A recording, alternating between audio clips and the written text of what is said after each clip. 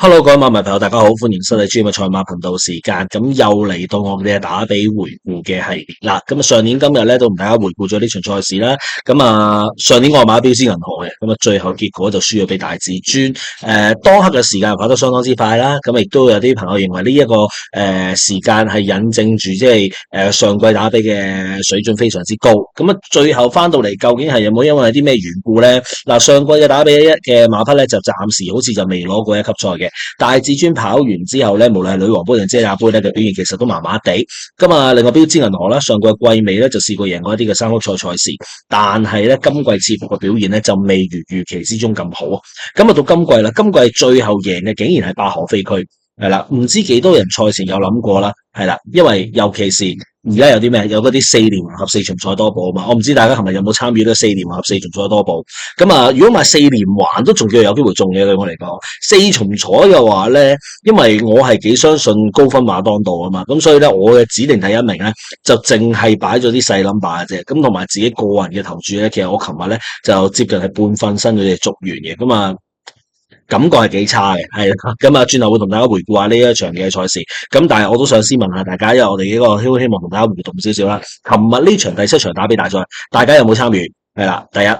第二，有冇因為4連合4重彩多寶而買咗呢個彩池？係啦，第三，買咗啲乜？賽果好唔好先？係啦，我希望同大家了解下，因為咧，我覺得咧，我賽前都知噶啦，賽前大家拍嘅片都有講過，我認為打比唔係特別好買嘅一場賽事嚟嘅，因為嗰條片同大家回顧過啦，首先就係經典杯嘅賽果咧，同打比咧多數都冇乜關係嘅，試過係有3幾年咧，就係經典杯嘅頭3名咧，同打比咧係完全冇關係嘅出嚟噶嘛，3隻都唔同晒都有嘅，係啦，其一啦，其二你話發翻到今年嘅話，就係因為今年嘅經典杯咧，頭3名嘅3甲咧都係最高分嗰3隻，就會令人覺得喂，會唔會有機會條路有關事啊？但係最後結果咧都淨係一隻足遠跑咗入嚟，球星又再次失望啦。球星就係一隻從來都未打贏過嘅馬，係啦，佢連上年3歲3歲4班135贏完之後嗰場咧都要隔一場先至再贏嘅呢隻球星咧。另外玩笑就琴日就叫做失失地啦，我會咁樣去講法，係啦，但係喺投注喺股上面咧唔容易估得到嘅，係啦，同埋就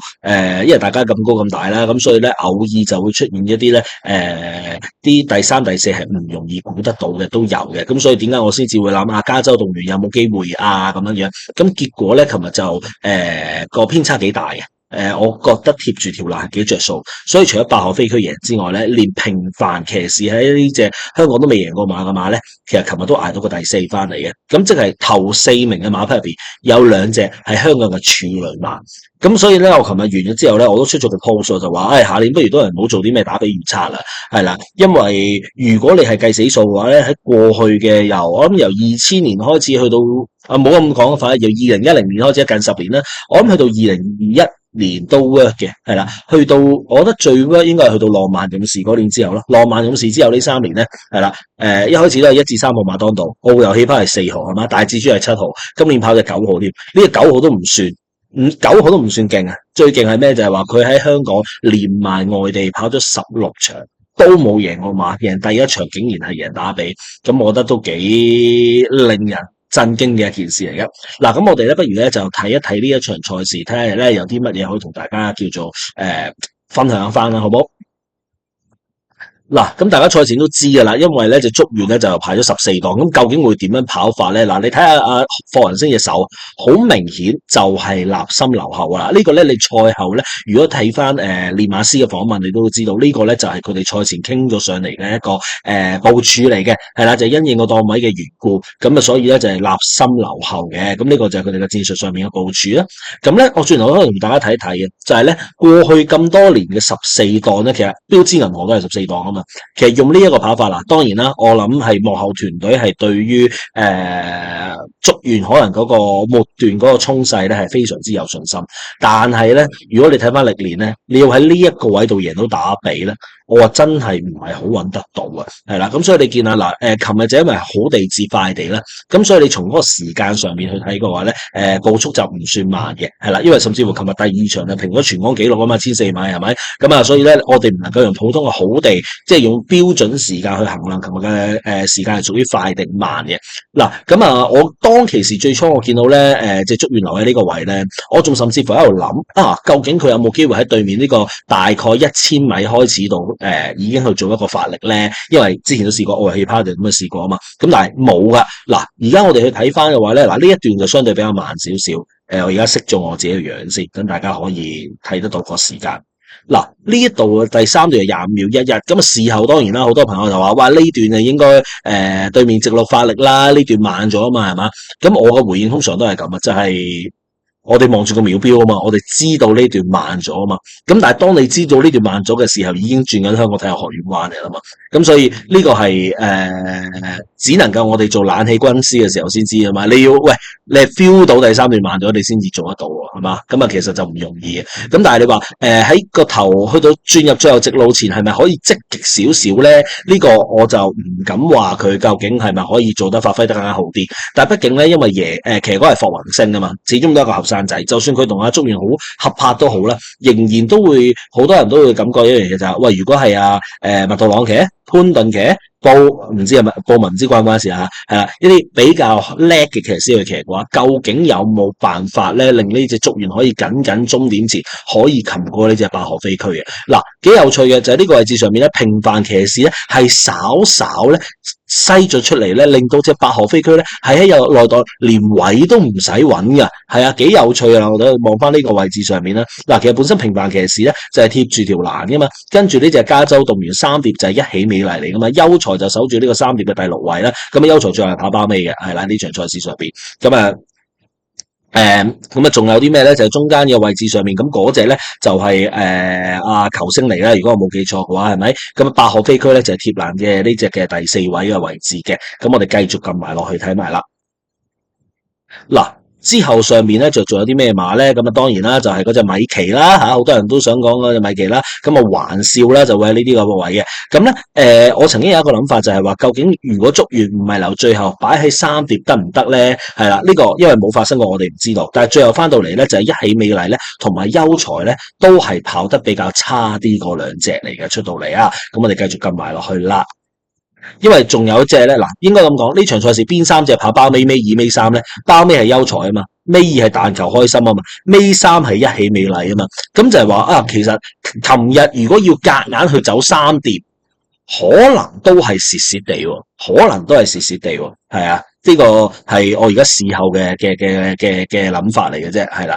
因為跟住嘅跑得比較差就係加州動員咯，桃花開咯，係啊，全部喺轉彎咧，其實都係啲2、3碟馬，跟住再數啊，即係我由包尾開始數起啊，係嘛，然之後就已經係嗰啲遙遙領先喺入邊嘅，係啦，咁遙遙領先可能就個跟進價值就會低啲啦，咁所以呢個時候大家會見到咧，就竹園咧就終於掹出嚟啦，咁同埋咧亦都係諗清楚、諗清諗楚嘅，應該賽前就係擺正唐太，就係爆呢400米噶啦，咁而家最後400米嘅時候咧，前面都仲有平凡騎士八河飛區就喺入邊攝到個位啦，加州動員喺中間位置啦，你望上去球星打落去咧就唔勁嘅，反而包裝福星呢幾步比較強啦，有目共賞有追啦，係嘛，出邊嘅得一隻馬追得最犀利啊，嗰隻就係嗰隻竹園啦，咁啊剩翻100零米啦，我心諗嗰陣時唔係八河飛區到啊嘛，包裝福星追唔到八河飛區，而最後咧連竹園都追唔到，係啦，連竹園都追唔到八河飛區，就係今年2025年嘅呢個打比大賽啦，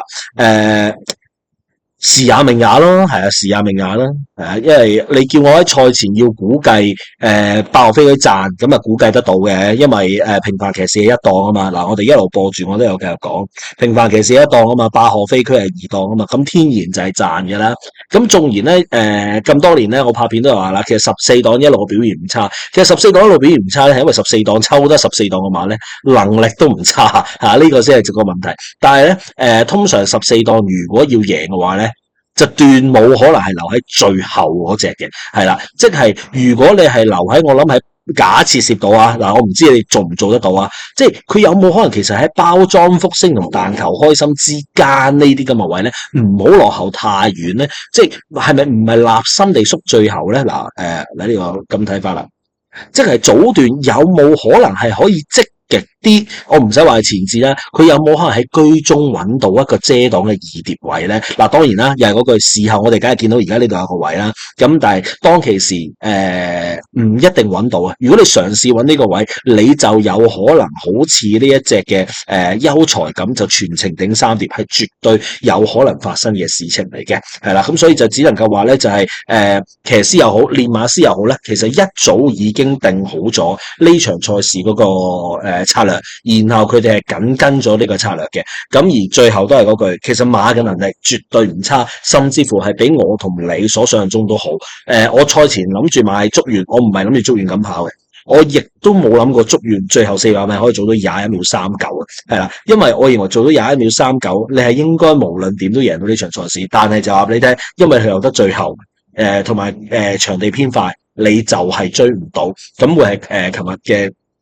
呢場賽事嘅情況。嗱，咁點解我會覺得自己買就算我回頭睇啊，我買多10次、100次都好啊。琴日嗰個賠率嚟去計法咧，我覺得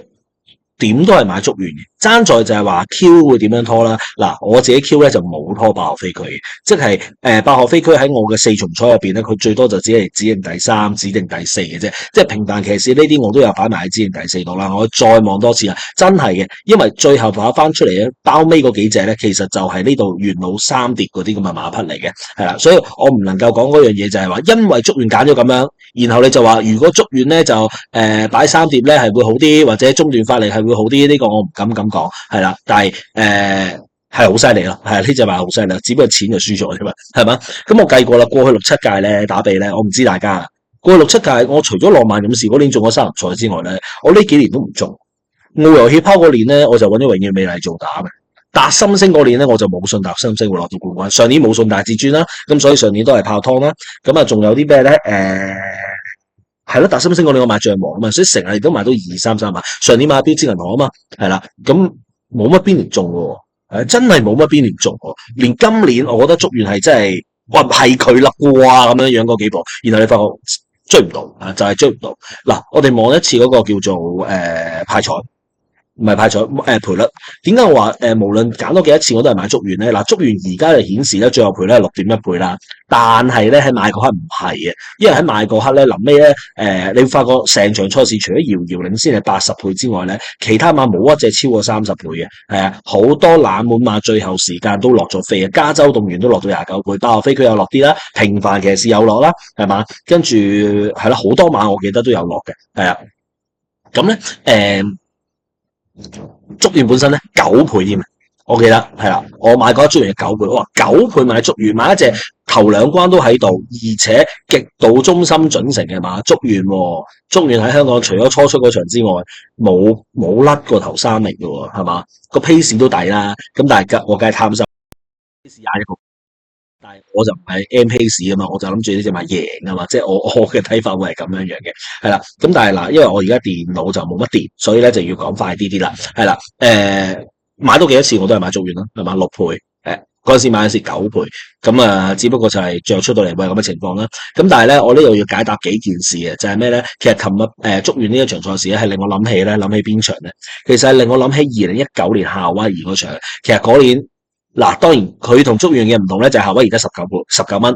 琴晚我喺足元嘅時候9倍，但係嗰一刻咧，嗰年咧，我係覺得夏威夷應該都掃啦，係嘛？我亦都冇估到夏威夷抽14檔咧，最後係選擇留最後去跑嘅，係啦，因為夏威夷咧，諗下夏威夷偷過金槍61場，夏威夷跑法相當彈性啊，係嘛？夏威夷喺呢一場賽事之前，就算跑1400都係居中啊，我就冇諗過原來佢跑2000米，因為呢個14檔咧就留最後。其實夏威夷最後個追勢上面咧都唔差啊，嗱，但係做22秒33嘅，畢竟夏威夷冇，我覺得係冇2000場力啦。咁翻到嚟，佢純粹追過咗隻新力必隻，係啦，留最後你就係追過隻新力必隻，呢個就係夏威夷啦。咁啊，另外如果你攞翻金槍60嗰年嘅話，金槍60都係對面直路嘅時候，幸福掌聲就對面直路發力啊嘛，係嘛？因為費事頂啊嘛，咁所以走咗上前啊嘛，然之後段快翻嚟啊嘛。咁金槍60最後做幾多？做21秒83，係啦，都係好地至快地，係啦。但係當然我哋話唔能夠比拼死時間啦。但係當個死時間去到一個極速嘅話咧，我覺得係有可比性。21秒39，近年你有記憶嚟，究竟2000米有冇啲馬末段跑21秒39咧？我真係唔記得。係啦，咁啊到澳遊氣泡嗰年啦，澳遊氣泡嗰年個14檔咧，大家都會見啦。雖然最初留最後，但係嗱，雖然最初留最後，嗱呢啲馬咧全部中段都有發力嘅，係啦，咁。但係澳遊氣泡嗰年咧，中段要發力係容易啲嘅，因為澳遊氣泡嗰年咧頭兩段咧，你係有騎你都知咧，安上人你都 feel 到係慢嘅，頭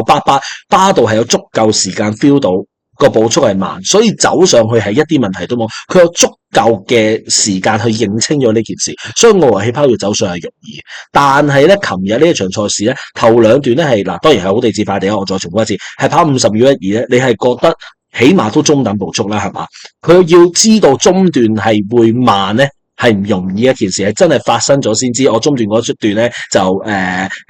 拉翻慢咗，係嘛？咁但係就係嗰樣啦。如果你係立心留後嘅，